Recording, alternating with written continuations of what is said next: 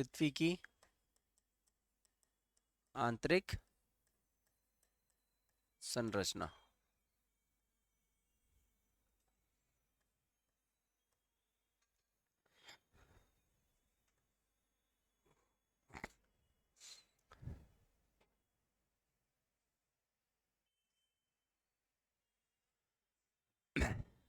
अब देखो, जाहिर सी बात है कि तकनीक के माध्यम से हम लोग पृथ्वी के अंदर तक तो गए नहीं हैं, है ना।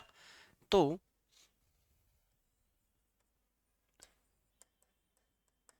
अगर हम भौतिक रूप से पृथ्वी के अंदर की बात करें तो मात्र 17.5 किलोमीटर गहराई तक हमें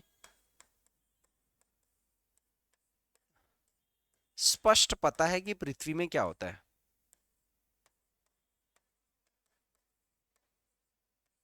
ठीक है, स्पष्ट मूल्यांकन है कि सिर्फ 17.5 किलोमीटर तक की जो गहराई है, यहां तक ही आप अंदर तक गए हो। अब एक बात बताओ, मैं नक्शे के तौर पर अगर ऐसे बोलूं, ये पृथ्वी है और ये पृथ्वी के आंतरिक क्षेत्र है। किसी भी स्थान से मैं पृथ्वी के अंदर जाऊं, कहीं से भी जाऊं, तो मुझे पृथ्वी के केंद्र तक पहुंचने के लिए मूल रूप से 6371 किलोमीटर अंदर जाना पड़ेगा। यह पृथ्वी का व्यास भी है, रेडियस, त्रिज्या, है ना। ये पृथ्वी की त्रिज्या भी है 6771 किलोमीटर। तो मैं कहीं से भी, यहां से भी अंदर जाऊंगा तो मुझे केंद्र तक कॉन्सेप्ट जानने के लिए इतना जाना है।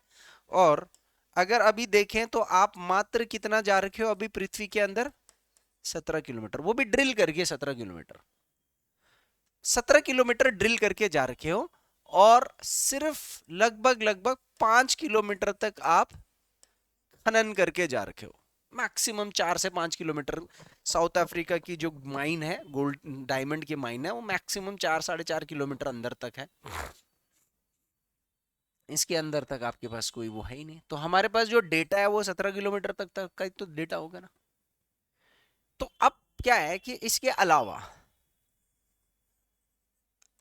अलावा जो हमने पृथ्वी के आंतरिक जाने के लिए जिन तकनीक का उपयोग किया है, हम कुछ तकनीकों का तो इस्तेमाल कर रहे होंगे ना, जिससे कि हमें स्पष्टता से पता लग रहा होगा कि पृथ्वी के अंदर क्या क्या चीजें हैं।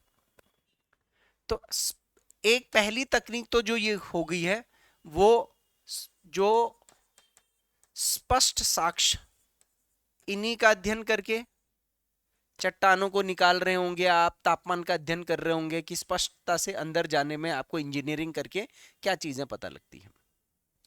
उसके बाद दूसरा जो टेक्नोलॉजी है वो है भूकंप विज्ञान, अर्थक्वेक साइंस, जो बहुत ज्यादा आपको डिटेल देता है कि पृथ्वी के अंतर्गत क्या है। तो भूकंप विज्ञान के अंतर्गत हम लोग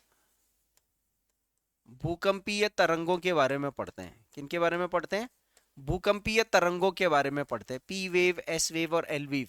तो इनका जो मूल्यांकन किया जाता है, उसमें जो तकनीक का इस्तेमाल करते हैं, उससे हम लोग चट्टानों के भौतिक संरचना का एक अध्ययन लगाते हैं। कोर तक, एकदम एकदम केंद्र तक हम लोग आइडिया लगाते हैं, जो कि एक साइंटिफिक कैलकुलेशन ही तो है।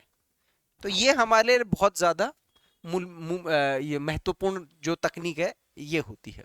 और इसके अलावा और जो भी आपके भौतिकी के जो कुछ प्रिंसिपल्स हैं, सिद्धांत है, उसका उपयोग कर रहे हो, लेकिन मेन जो चीजें हैं जो पृथ्वी की आंतरिक संरचना की है, ये दो चीजें। अब आप इसको तो ऐसे ही लिखो, इसके बाद एक डायग्राम बनाते हैं पृथ्वी की आंतरिक संरचना को जानने के लिए।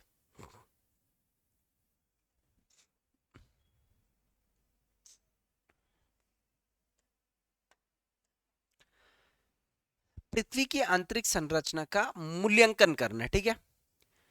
एक डायग्राम जिससे आपके सारे सवाल सॉल्व हो जाएंगे, एक मास्टर डायग्राम बनाऊंगा। आप एकदम से मत बनाना, जैसे मैं एक पहले एक ढांचा बना लूंगा, उसके बाद आपने बनाना शुरू करना है कि मैं पृथ्वी की आंतरिक संरचना को कितने तरीके से आपको लेकर के चलूंगा। तो सबसे पहली चीज तो हो गई है, इस तरफ सबसे पहले मैं पृथ्वी की आंतरिक संरचना का भाग, यहां पर मैं लिखूंगा क्रस्ट, मेंटल कोर, जैसे जैसे अंदर जाऊंगा कौन सा हिस्सा क्या कहलाया जाता है। ठीक है, उसके बाद आ जाएगा दूरी, किसमें, किलोमीटर में। फिर मैं बताऊंगा हर भाग कितनी कितनी दूरी पर है। ठीक है, पहला हो जाएगा भाग और दूसरा हो जाएगा दूरी। भाग, उपभाग, दूरी, ये दो चीज। उसके बाद मैं एक कॉन्सेप्ट और बताऊंगा, असंबद्धता। राइटिंग दिख रही है ये वाली, असंबद्धता। ठीक है, अंग्रेजी में इसको कहते हैं डिसकंटिन्यूटी। तो ये जो असंबद्धता है, मुझे हर भाग के बीच में अंतर बताएगा कि कहां से कहां तक कौन सा भाग है, कहां से कहां तक कौन सा भाग है। तो असंबद्धता का मतलब हो गया बॉर्डर, कि भाई एक भाग से दूसरे भाग में जो बॉर्डर रेखा है उसको क्या बोला करते, तभी आपको पता लगेगा ना कि दूसरा भाग कौन सा है। उसके बाद इसकी आएगी भौतिक बनावट। भौतिक बनावट का मतलब कि ये जो भी भाग होगा इसमें मूल रूप से कौन सा तत्व अधिकांश मात्रा में उपस्थित है। तत्व कौन सा एलिमेंट या कौन सा तत्व ज्यादा है। उसके बाद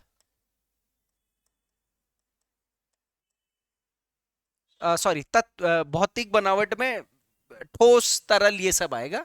रासायनिक संरचना फिर आएगी, आप इसको भौतिक संरचना भी बोल सकते हो। उसके बाद आएगा रासायनिक संरचना, कौन सा एलिमेंट किसमें ज्यादा है। ठीक है, उसके बाद एक तापमान का क्रम देखेंगे कि नीचे जाते जाते तापमान कहां पर बढ़ रहा है, कहां पर घट रहा है, या बड़ी बढ़ रहा है या घटी घट रहा है। तो इसका क्या तर्क है, इसका क्या कॉन्सेप्ट है। उसके बाद हम दाब के बारे में देखेंगे, पृथ्वी के अंदर का जो प्रेशर है उसका क्या कॉन्सेप्ट है। ठीक है, 1 2 3 4 5 6 7। उसके बाद मैं आपको बताऊंगा भूकंप तरंगे।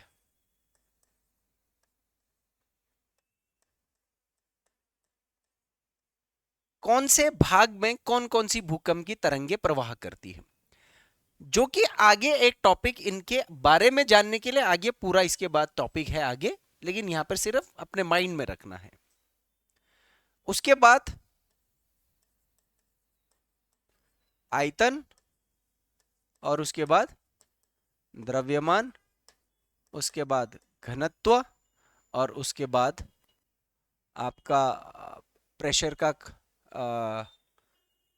का कॉन्सेप्ट मैंने आपको बताई दिया है ना, दाब।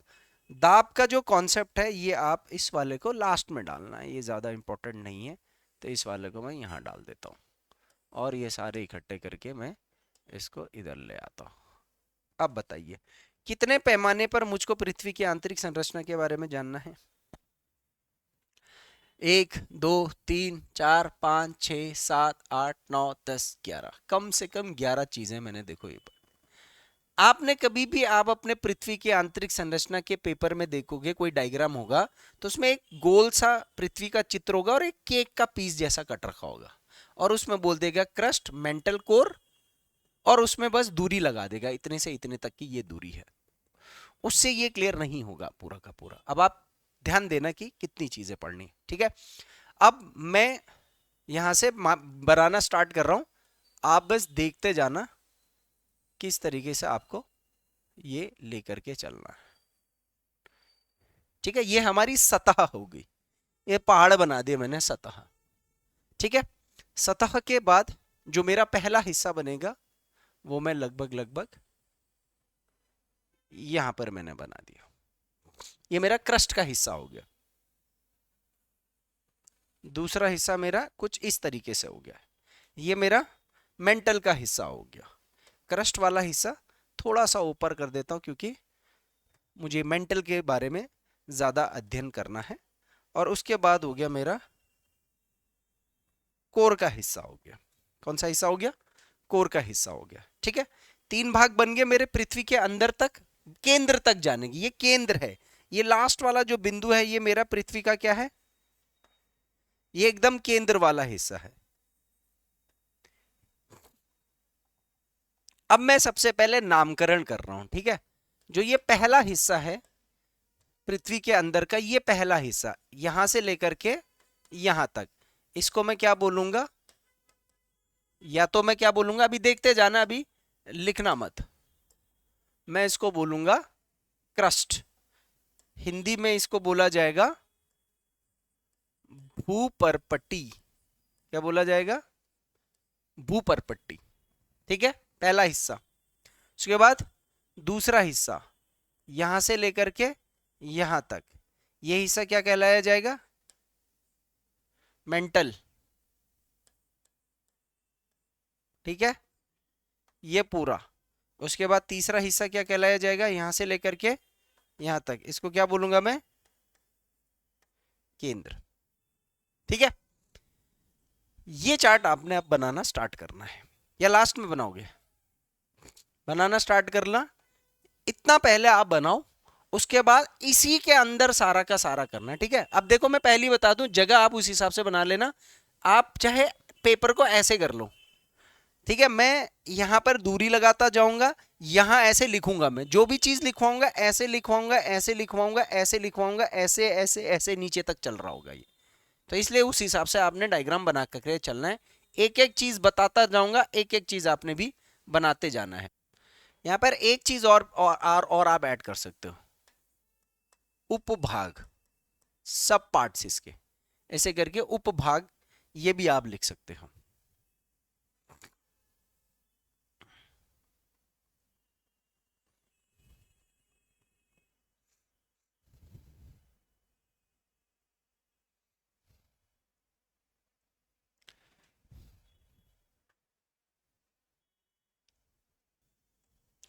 सबसे पहले पृथ्वी के 3 हिस्से हैं। पहला सबसे ऊपरी हिस्सा कौन सा हो गया? क्रस्ट। उसके बाद मेंटल, उसके बाद केंद्र।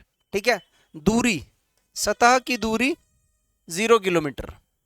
ठीक है, मोटा मोटा औसतन लगभग लगभग 100 किलोमीटर तक क्रस्ट है, हर जगह नहीं। मैं फिर बता दूं, क्रस्ट जो है वो हर जगह 100 किलोमीटर नहीं है, बट एक मानक के तौर पर हमको एक औसत लेकर, कहीं पर क्रस्ट 10 किलोमीटर भी है, ठीक है, क्रस्ट की चौड़ाई, और कहीं कहीं पर क्रस्ट की मोटाई जो है वो 50 किलोमीटर भी है, 100 किलोमीटर भी है, तो मोटा मोटा 100 किलोमीटर तक क्रस्ट है।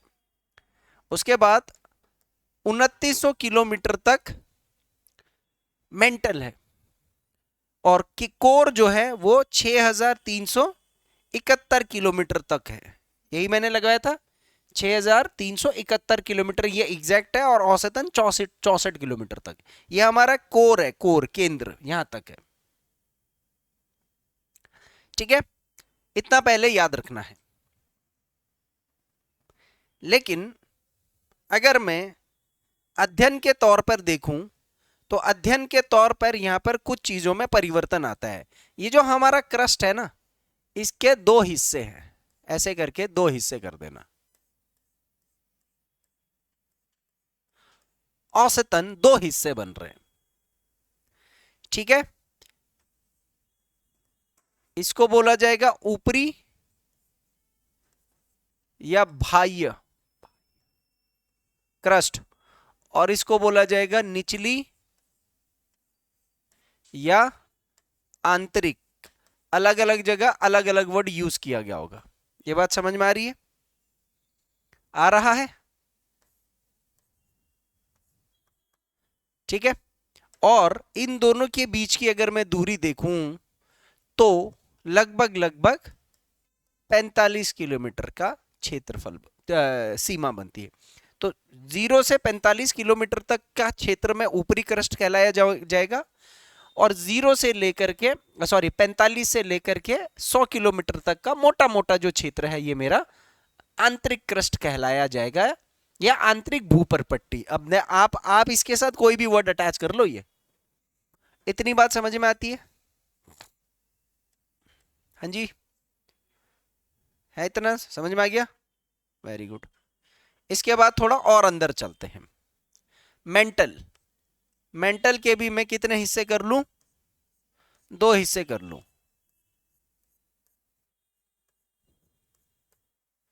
मेंटल के दो हिस्से कर लिए, ठीक है। इस हिस्से को वही बोला जाएगा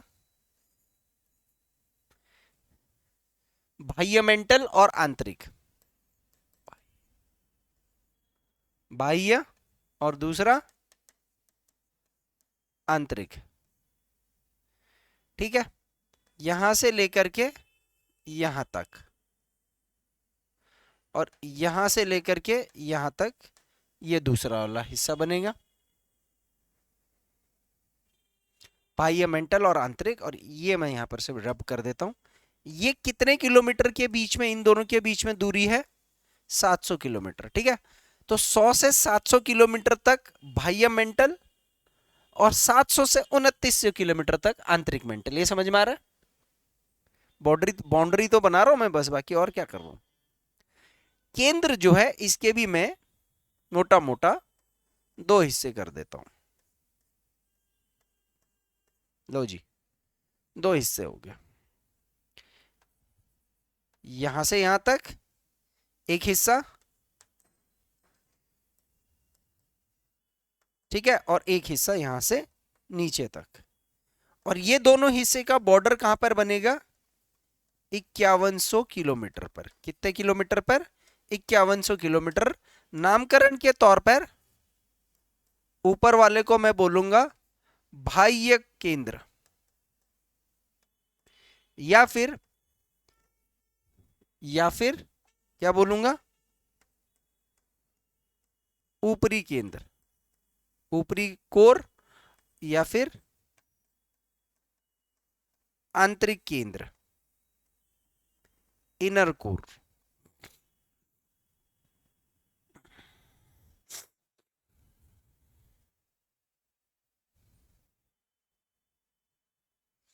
ठीक है। कितने हिस्से बन गए अब मेरे पास टोटल देखा जाए तो? 1 2 3, 1 2 3 4 5 6, टोटल मेरे 6 हिस्से बन गए देखा जाए तो। मूल भाग और उसका उपभाग। एक जगह और लगा देता हूं मैं यहां पर, ध्यान दीजिएगा इस बात पर। ये जगह लाल रंग से अलग अलग लाल लगा देना इसको। ये जो हिस्सा है इसका नामकरण अगर मैं करना चाहूं तो मैं कुछ इस तरीके से करूंगा। ये मुझे मिलता है 200 किलोमीटर के क्षेत्र पर, ठीक है। इस पूरी जगह को, इस वाले पूरी जो जगह है, इसका जो नाम पड़ेगा यहां से यहां तक, इसका नाम पड़ेगा दुर्बल मंडल। ये वही दुर्बल मंडल है जहां पर संवहनीय धाराएं प्रवाह करती हैं। ये बात समझ में आ गई? संवहनीय धाराएं कैसी धाराएं थी? कैसी धाराएं थी?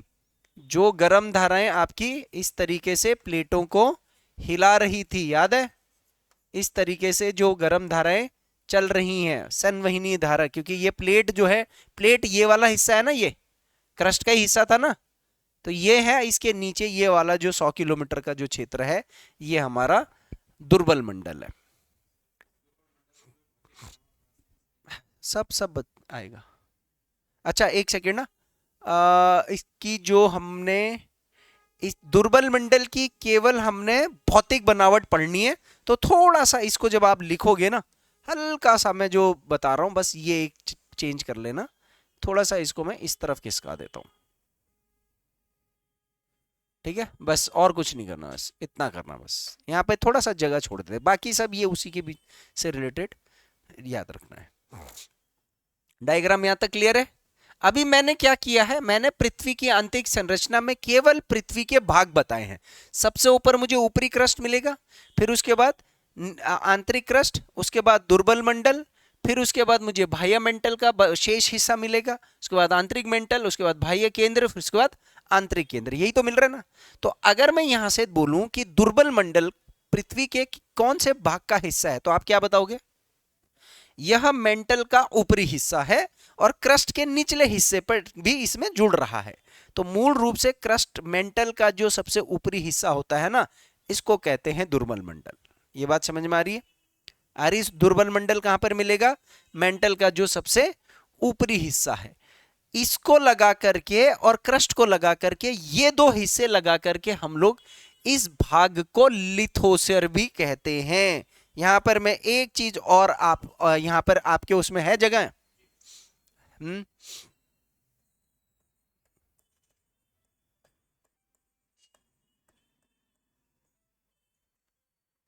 किसका?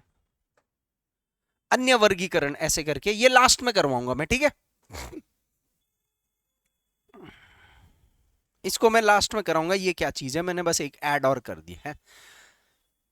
चलिए अब सर, पहली चीज पेपर के लिए जो पेपर के अंदर क्वेश्चन पूछेगा, वो क्वेश्चन पूछेगा कि ये जो बॉर्डर है, आप कैसे कह सकते हो कि 45 किलोमीटर पर ऊपरी और आंतरिक क्रस्ट अलग हो रहा है? मुझे कैसे पता चलेगा? तो वैज्ञानिकों ने अध्ययन करने के लिए इसका नाम, इस बाउंड्री का नाम रख दिया कोनराड। क्या नाम रख दिया? कोनराड। Conrad discontinuity. क्या नाम रख दिया? कोनराड असंबद्धता। कहां से, किस किस के बीच में है कोनराड असंबद्धता? बताओ। ऊपरी क्रस्ट और निचली क्रस्ट के मध्य की सीमा को क्या बोलेंगे? तो असंबद्धता एक तरीके की क्या है? बॉर्डर है ना, सीमा है। पृथ्वी की दो परतों के मध्य की जो रेखा है, जहां से एक परत की कुछ विशेषता होगी ना, और जहां से वो एक परत की विशेषता दूसरी परत की विशेषताओं में परिवर्तन और आ रहा होगा, उस परिवर्तन सीमा का नाम हमने असंबद्धता रखा हुआ है। ये हमें अध्ययन करने के लिए सहूलियत देता है, ठीक है? इसी तरीके से ये वाला जो बॉर्डर है, जो पूरा का पूरा जो क्रस्ट है और पूरा का पूरा जो मेंटल है, इन दोनों में भी तो ये क्या कर रहा है?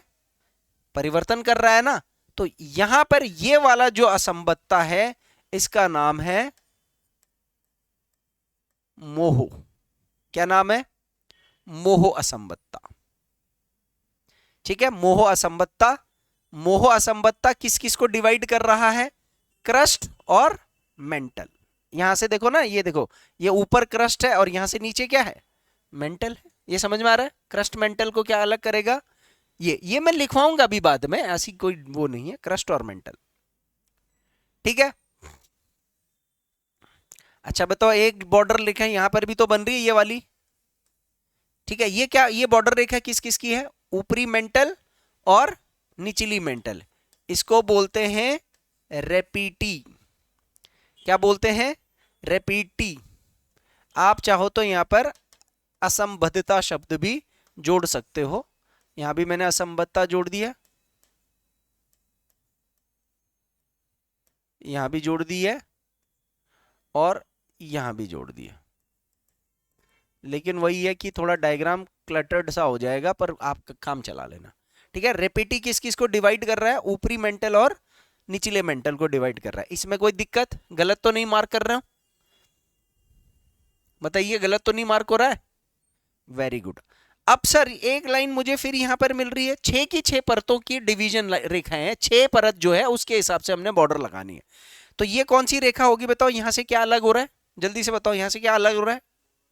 कोर, ऊपर का मेंटल और नीचे का कोर, ठीक है? तो इसका नाम है गुटेनबर्ग, ठीक है? गुटेनबर्ग।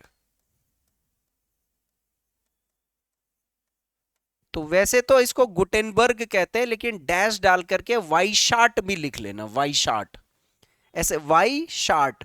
क्योंकि जो दूसरा वैज्ञानिक था, ये सब उन वैज्ञानिकों के नाम पर है जिन्होंने इन इन जगहों की खोज करी है अपने अध्ययन में।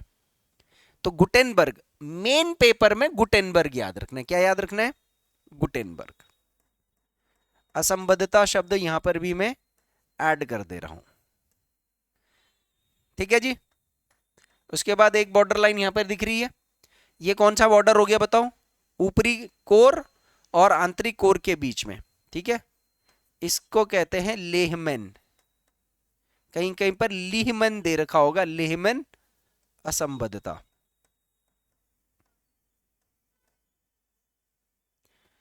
चलिए अब मैं बता रहा हूं मेरे को कितनी असंबद्धताएं देखने को मिल रही है। 1 2 3 4 5। ठीक है, पृथ्वी की सतह से कोर की तरफ जाऊंगा तो सबसे पहले कौन सी असंबद्धता आएगी? कोनराड, उसके बाद मोहो, उसके बाद रिपीटी, उसके बाद गुटेनबर्ग, उसके बाद लेमन। ठीक है, दोनों क्रस्टों के बीच में कौन सी असंबद्धता है? कोनराड। क्रस्ट मेंटल के बीच में रेपिटी, दोनों मेंटल के बीच में मोहो, मेंटल और कोर के बीच में गुटेनबर्ग, और दोनों कोर के बीच में लेहमन। ऐसे सवाल पूछे जाएंगे आपसे। ठीक है जी, कोई दिक्कत नहीं है। तो सारे बॉर्डर लिखे याद हो गई। जैसे इंडिया पाकिस्तान के बीच में कौन सी सीमा है ऐसे समझ लो ना। तो इंडिया पाकिस्तान के बीच में मूल रूप से रेड क्लिफ रेखा है ना। इंडिया पाकिस्तान और अफगानिस्तान के बीच में दोनों में बॉर्डर कौन सी रेखा है?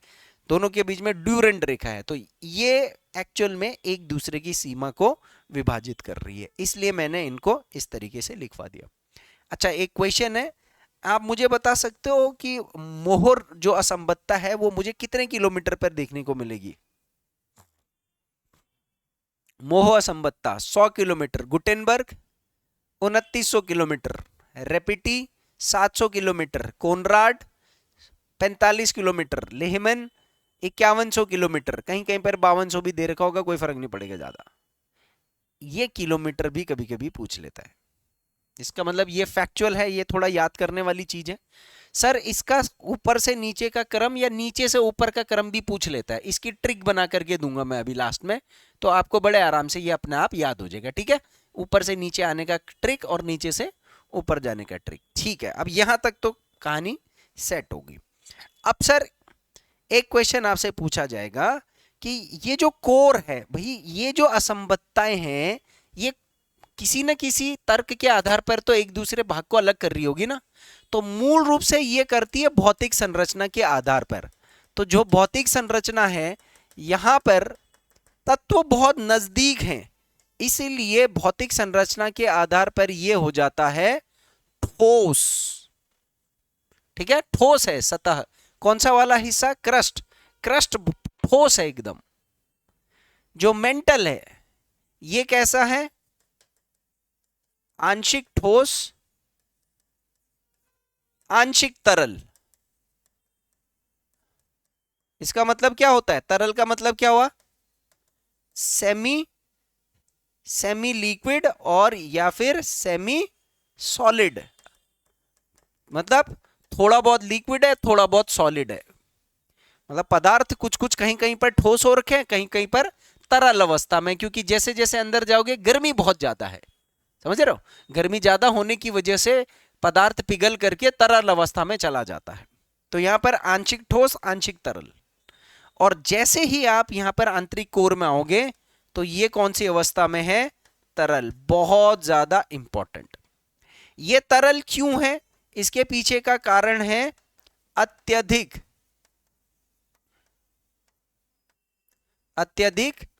तापमान के कारण पदार्थ पिघल जाता है। और सर आंतरिक केंद्र में आओगे तो आंतरिक केंद्र है ठोस। लेकिन सर ऐसा क्यों सर? अंदर जाते जाते तो और तरल हो जाना चाहिए था या गैसीय हो जाना था। इसके पीछे कारण है अत्यधिक दाब एवं घनत्व। यहां पर डेंसिटी और प्रेशर बहुत ज्यादा है। तो अंदर आते आते क्या होता है, कोर में चारों तरफ से प्रेशर लग रहा है ना, वहां टेम्परेचर तो ज्यादा है लेकिन वो टेम्परेचर तत्वों को पिघला नहीं पा रहे, क्योंकि तत्व के अणु आपस में सब जगह से चिपक जा रहे हैं, संकुचित हो जा रहे हैं। तो ये क्वेश्चन आपको जब भी भौतिक बनावट से सवाल आएगा वो हमेशा इन दो जगह से सवाल आएगा, आंतरिक कोर कौन सी अवस्था में है और बाह्य कोर कौन सी अवस्था में। ये तो फैक्चुअल क्वेश्चन हो गया। थोड़ा तार्किक सवाल इसमें बनाएगा कि क्या कारण है कि आंतरिक कोर ठोस अवस्था में। तो वहां पर आपको दो शब्द दिमाग में डालने हैं। क्या डालना है दिमाग के अंदर? क्या डालना है? दाब और घनत्व। क्योंकि घनत्व, दाब से ही घनत्व बनता है ना। और अगर वहां पर तापमान आएगा कि क्योंकि वहां तापमान ज्यादा है इसलिए नहीं, तापमान ज्यादा है लेकिन ज्यादा तापमान के कारण तो तरल होना चाहिए थे ना, तो वो तापमान वहां पर कमजोर हो गया, ज्यादा तापमान उसका कमजोर हो गया। देखो जैसे मैं बात करूं कि टेम्परेचर की बात करता हूं, जैसे मान लीजिए तापक्रम है, तो जैसे मैंने बोला यार जो पृथ्वी का औसत है वो 14 डिग्री सेल्सियस है, और ये कोर जहां तक आपका खत्म होता है लगभग लगभग 200 डिग्री सेल्सियस हो जाता है। मेंटल जहां पर खत्म होता है यहां तक आते आते ये वाले हिस्से में लगभग लगभग 2000 डिग्री सेल्सियस है,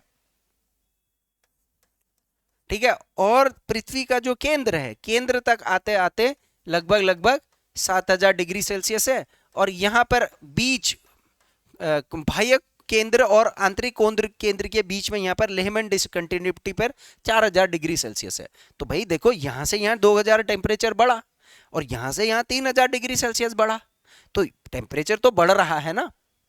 और ऊपर से ठोस, फिर आंशिक ठोस, फिर तरल, ऐसे करते करते हम आ ही रहे हैं ना। यहाँ आते आते हमारा तरल हो गया, तो यहाँ पर तो अर्ध और ज्यादा तरल हो जाना चाहिए था, लेकिन यहाँ पर क्या है, दाब और घनत्व ज्यादा है, इसकी वजह से आंतरिक कोण ठोस अवस्था में। ये बात समझ में आ गई? आ गई समझ में? अब एक चीज और आपको यहां पर याद रखना है, ये जो दुर्बल मंडल है ना, सिर्फ इतना वाला जो क्षेत्र यहां से यहां, इसकी आपको अवस्था याद रखनी, तरल अवस्था। ये बात समझ में आ गई? और क्योंकि ये तरल है दुर्बल मंडल, इसीलिए यहां पर कौन सी धारा बह रही है, सहनवी, तभी तो ये क्रस्ट तैर रहा है इसके ऊपर, समझ रहे हो? ये जो अगर ये आंशिक ठोस आंशिक तरल होता तो क्रस्ट हर जगह नहीं तैरता ना, जहां तरल होता वहां तैरता। तो क्योंकि हमारा जो ऊपरी मेंटल का जो दुर्बल मंडल वाला भाग है, ये पूरा हिस्सा तरल है, तरल, ये याद रखना है। तो तरल हिस्से हमें कितनी जगह पर याद रखने हैं सर?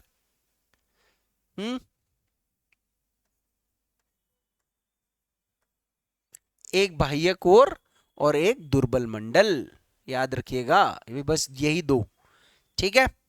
बाकी औसतन कोर ठोस है और मेंटल आंशिक है, और क्रस्ट, क्रस्ट जो है वो औसतन ठोस है। लेकिन अगर मैं निचला क्रस्ट लगाऊंगा ना, तो ये आंशिक ठोस और आंशिक तरल है, निचला क्रस्ट। आपको लिखने की जरूरत थी, इतना डिटेल में वो पूछेगा नहीं, बस कोर के लिए आप ठोस ही याद रख लेना।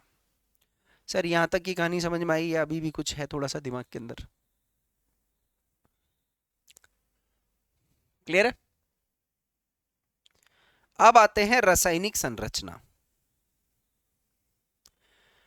तो ये जो हिस्सा है कोर का हिस्सा, इसको हम बोलते हैं सियाल। क्या बोलते हैं इसको? सियाल, ठीक है। इसको सियाल परत भी बोलते हैं।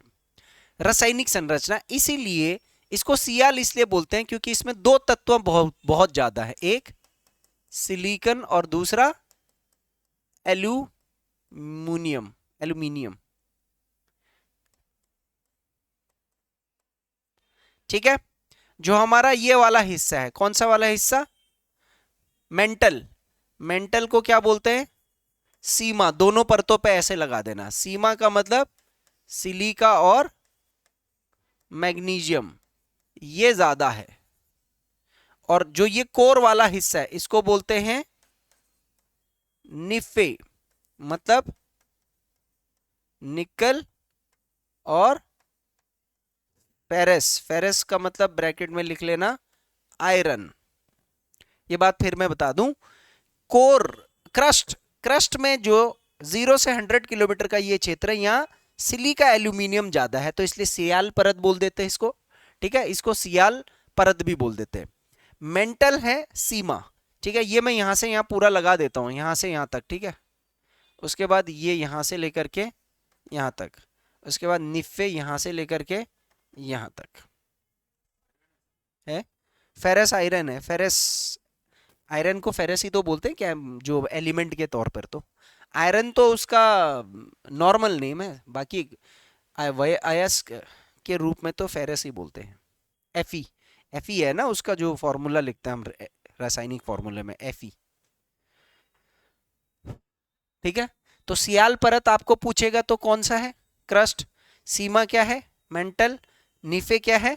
केंद्र। वो पूछेगा केंद्र में उपयुक्त निफे शब्द का अर्थ क्या होता है, निफे का मतलब, और केंद्र को निफे क्यों बोलते हैं? क्योंकि केंद्र में ये पूरी जो जगह पृथ्वी के अंदर है ना, इस पूरी जगह में निकल और फेरस ज्यादा है। आपको अगर याद हो पृथ्वी के जो ग्रहों के निर्माण की जब मैं बात कर रहा था तो मैंने पृथ्वी के ग्रह निर्माण की बात करी थी। तो आपको वो चीज याद है? अभी मैं इस पे वापस आ रहा हूं। जब मैंने बोला था कि सबसे पहले जहां पर पृथ्वी जो गैसीय पिंड जो सोलर सिस्टम में जहां जहां जो जो गैस ज्यादा थे, तो सबसे पहले जो भारी तत्व हैं, सबसे पहले भारी तत्व बीच में आए। तो भारी तत्व कौन से थे? निकेल और फेरस ही तो थे। फिर मैंने उसके बाद बोला था कि जो फिर बचे हुए हल्के तत्व थे, तो उसमें क्या था ज्यादा? उसमें था सिलिका और मैग्नीशियम। फिर और जो वाले हल्के तत्व थे उसमें सिलिका जो बच गया था, और उसके बाद एल्यूमिनियम। ऐसी तो पृथ्वी बना है। ये आपकी क्रस्ट है, ये क्रस्ट है, ये आपकी मेंटल है, और ये आपका केंद्र यानी कोर है। यही तो है, यही तो हम पढ़ रहे हैं, ये क्रस्ट, मेंटल, कोर। पर ऐसे तो जा रहे हैं हम कॉन्सेप्ट में। लॉजिक समझ में आ रहा है? अब वापस आ जाता हूं मैं। अब इसके बाद तापमान का मैंने ऑर्डर बता दिया आपको, ठीक है। इसके बाद यहां पर भूकंप की तरंगे लगाते हैं। देखिए, जो हमारा क्रस्ट होता है यहां पर P, S और L तीनों तरंगे प्रवाह करती है, ठीक है। ये याद रखना, कितनी तरंगे प्रवाह करती है? तीनों तरंगे। तो अभी आगे भूकंप का पूरा टॉपिक है, क्या होती P तरंग, क्या होती है S तरंग, क्या होती है L तरंग वगैरह, ये सब पता लग जाएगा आपको।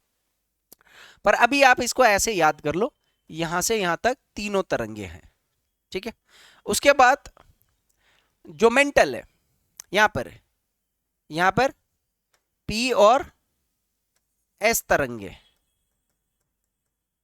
प्रवाह करती है। यहां पर अब कौन सी तरंग नहीं आ रही है? L तरंग। और इसमें केवल P तरंग प्रवाह करती है। क्यों?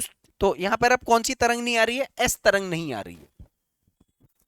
जब आप भूकंप पढ़ाऊंगा ना मैं, तो मैं आपको बताऊंगा कि जो P और S तरंग होती है ना, वो लगभग पृथ्वी के अंदर सब जगह जाने की कोशिश करती है। और L तरंग जो होती है वो सिर्फ, देखा जाए तो जो L तरंग होती है वो सिर्फ यहां सरफेस पर बनती है, सतह पर।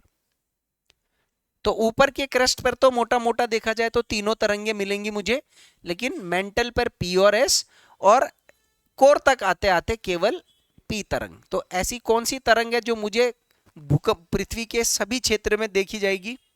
P तरंग।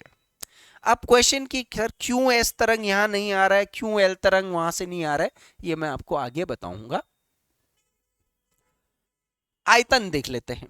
आयतन का मतलब क्या हो गया? वॉल्यूम। अब जैसे समझ लो ये मेरे पास पृथ्वी है और ये खोखला क्षेत्र है, ठीक है। अब कहीं ना कहीं पर ये जो क्रस्ट की जो जो हिस्सा होगा, ये कुछ एरिया को कवर कर रहा होगा। इस पूरे के पूरे बॉल के अंदर कुछ एरिया होगा क्रस्ट का। तो पूरी पृथ्वी का कितना प्रतिशत, प्रतिशत में निकालना है हमने ये आयतन वगैरह, पूरी पृथ्वी का कितना प्रतिशत आयतन इसका होता है? वॉल्यूम 0.5%। कितना आयतन है? 0.5%, ठीक है। मेंटल का कितना आयतन है? 83.5%। तो बताओ सर्वाधिक आयतन कौन से क्षेत्र का है? कौन से क्षेत्र का है? और जो कोर है इसका आयतन कितना बच जाएगा? अब 16%। यहां पर भी लिख देता हूं मैं 16% आयतन, यहां पर भी लिख लो 5% आयतन। संपूर्ण पृथ्वी के हिसाब से सबसे बड़ा भाग कौन सा है बताइए? अब सबसे बड़ा भाग कौन सा है? मेंटल है ना। ये पूरे का है, ये पूरे का मूल्यांकन कर रहा हूं मैं, एक हिस्से का नहीं। द्रव्यमान अब लगाते हैं। द्रव्यमान क्या होता है? भार होता है ना।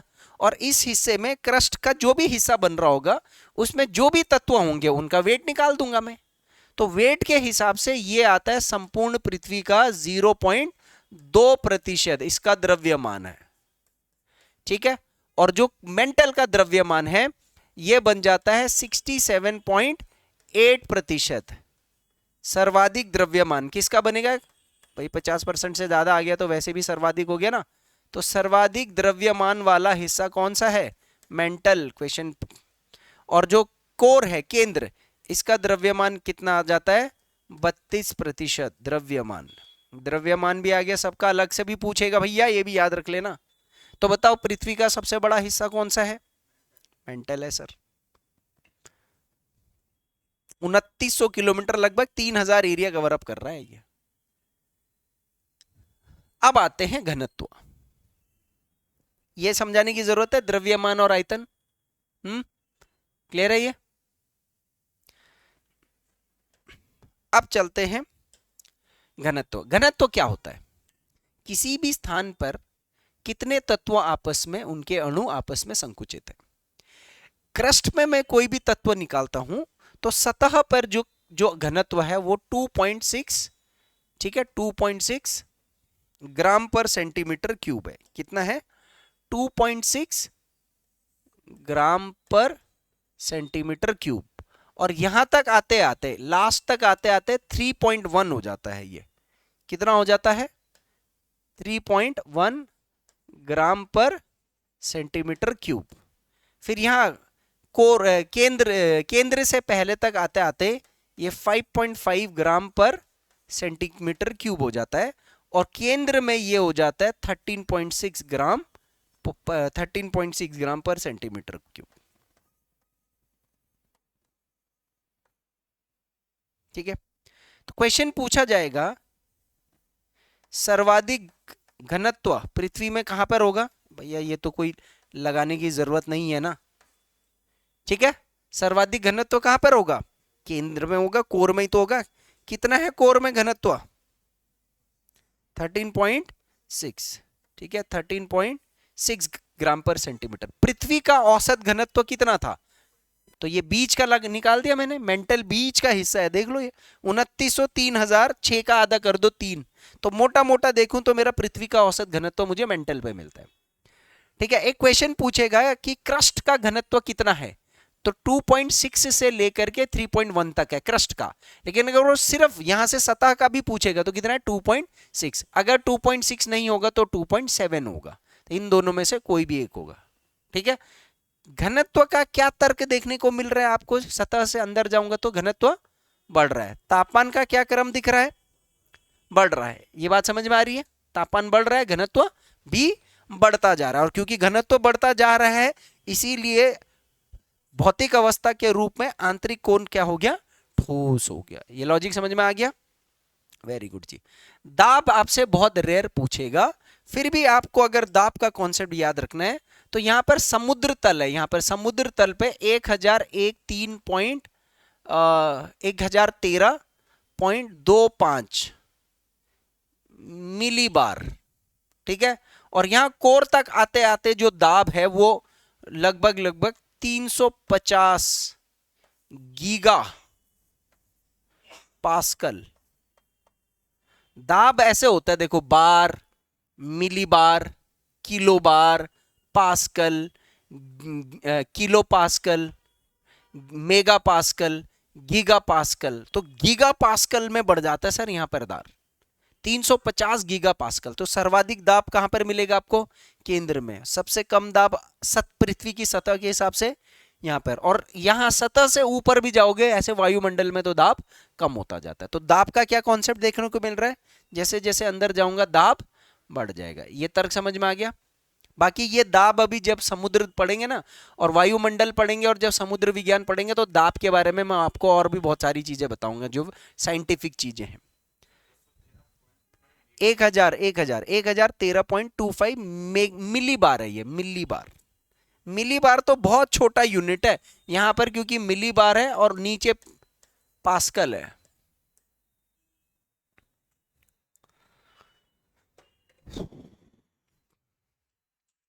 ये आ गया समझ में? खिचड़ी पक गई होगी। अब देखो, यहां पर मैं आपको थोड़ा सा और एक चीज बताता हूं। कभी कभी पेपर में यहां से लेकर के यहां तक का हिस्सा देखो,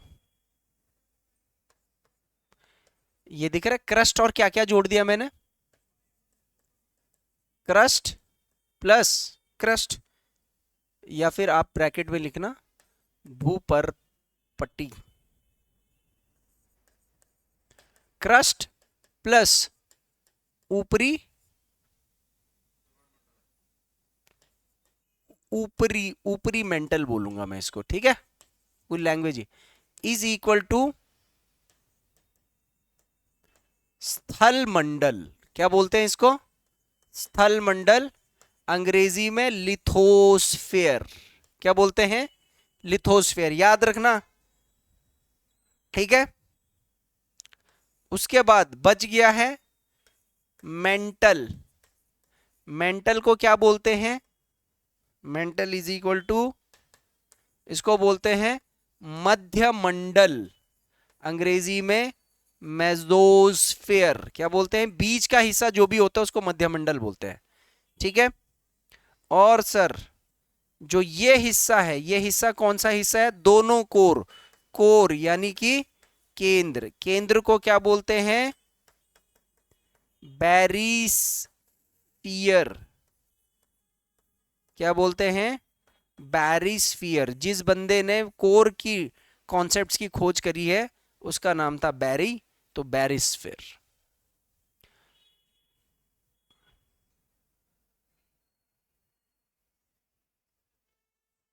सर अब बता दो कितने, ठीक है। अब ध्यान देना, सबसे ऊपरी परत कौन सी है यहाँ पर? स्थल मंडल। उसके बाद कौन सी परत है? मध्य मंडल। उसके बाद कौन सी परत है? बैरिस्फीयर। बैरिस्फीयर किसे कहते हैं? कोर वाले हिस्से को कहते हैं, ठीक है। एक डायग्राम और बनाऊंगा मैं अभी इसका, ठीक है। एक डायग्राम और बनाना है, दूसरे तरीके से थोड़ा सा समझेंगे, देखते जाओ आप। सर इसके बाहर आईएएस तक में आप चले जाओ, इससे बाहर क्वेश्चन नहीं आएगा सर। ये डायग्राम आपको मिलेगा नहीं कहीं पर ऐसा जो ये मैंने बना रखा है। आप सबके लिए अलग अलग भी कॉन्सेप्ट बना सकते हो, डायग्राम बना सकते हो, ठीक है। आपकी इच्छा, आप इस डायग्राम को तोड़ तोड़ करके भी अपनी कॉपी में बना लो, कोई दिक्कत नहीं है।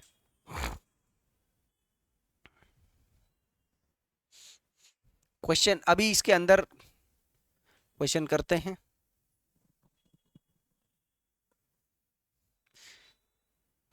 पृथ्वी की आंतरिक संरचना से कई क्वेश्चन, सौ हजारों क्वेश्चन कितने बना लो आप, बस इसमें से आपके कॉन्सेप्ट क्लियर होने चाहिए। एक मैप आपको सब क्लियर करके दे देगा।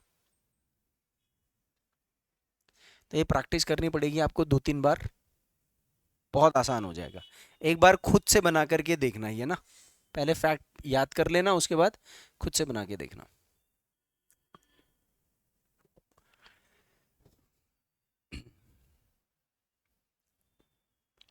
हो गया।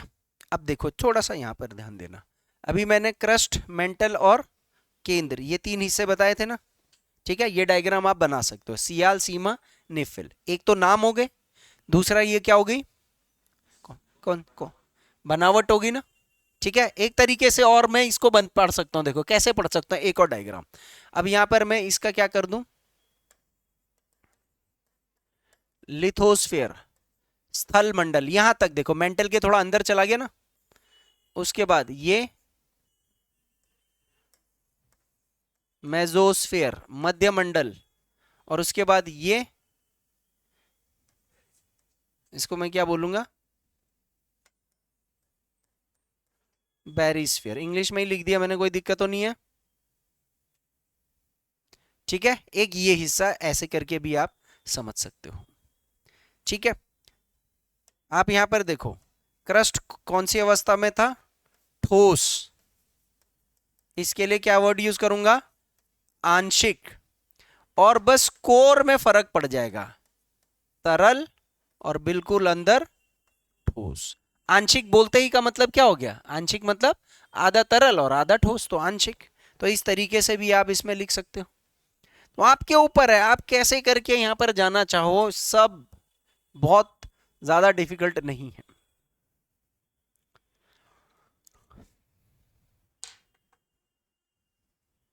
जब भी आप पृथ्वी की आंतरिक संरचना के कॉन्सेप्ट करोगे ना, जैसे वैसे ऐसे गोल में, तो मैं जनरली क्या सजेस्ट करता हूं, देखो मैं सजेस्ट करता हूं 3 लेयर नहीं 4 लेयर में कॉन्सेप्ट बनाओ। कितने लेयर में? 4 लेयर में। एक लेयर क्रस्ट की होगी, एक मेंटल की होगी, एक बाह्य कोर की होगी, एक आंतरिक कोर की होगी, क्योंकि बाह्य कोर और आंतरिक कोर में तुलना करके क्वेश्चन बनेगा और कॉन्सेप्ट दोनों में अलग जाते हैं, है ना। तो ऐसे मतलब मैं ऐसे पढ़ता हूं, ये क्रस्ट वाला हिस्सा हो गया, ये मेंटल वाला हिस्सा हो गया, ये आउटर कोर हो गया, और ये इनर कोर हो गया। ऐसे करके मैं कॉन्सेप्ट बनाता हूं जब मैं बनाता हूं तो।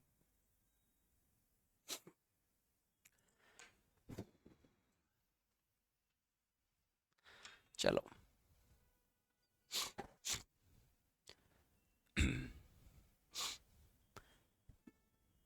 तापमान 7000 डिग्री सेल्सियस, दाब घनत्व 13.6 ग्राम पर सेंटीमीटर क्यूब, पृथ्वी के केंद्र का गहराई 6371, याद रखना। और ये जो असंबद्धताएं हैं इसका ऑर्डर याद रखना है आपने, ठीक है। कल इसकी मैं थ्योरी कराऊंगा आपको, सारी की सारी थ्योरी में भी लिखना जरूरी है ना। अभी तो इसी को भी शब्दों में कैसे लिखना है तभी तो सवाल पकड़ पाओगे ना, ये तो खाली डायग्राम है। कल करेंगे इसको फिर।